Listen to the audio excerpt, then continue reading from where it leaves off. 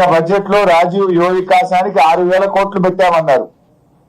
6 పైసలు కూడా ఖర్చు పెట్టలేదు. మళ్ళీ ఈ బడ్జెట్ ప్రసంగంలో మళ్ళీ అదే రాజీవ్ యువ వికాసం పథకం గురించి ఏదో గొప్పగా చెప్పారు.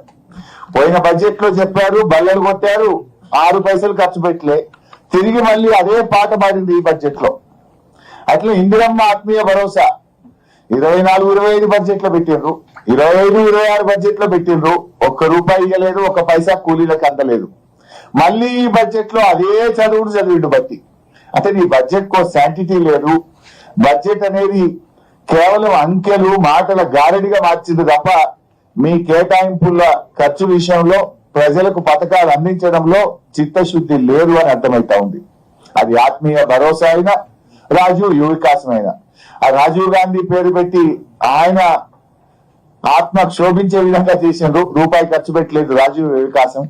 ఇందిరమ్మ పేరు పెట్టి ఇందిరమ్మ ఆత్మ క్షోభించే విధంగా ఇందిరమ్మ ఆత్మీయ భరోసా కూడా పైసా అందించలేదు. అంటే కనీసం మీ నాయకులని చెప్పుకునే మీ ఇందిరమ్మ పేరు మీద పెట్టిన పథకం, మీ రాజీవ్ యువ వికాసం అని రాజీవ్ గాంధీ గారి మీద పెట్టిన పథకానికే ₹1 ఇయ్యలేదు, ₹1 ఖర్చు పెట్టలేదంటే మీదంతా కూడా బట్టి బడ్జెట్, బడా జూటా బడ్జెట్, బట్టి బడ్జెట్, బోగస్ బడ్జెట్ అనేటువంటిది చాలా స్పష్టంగా అర్థమైతా ఉంది.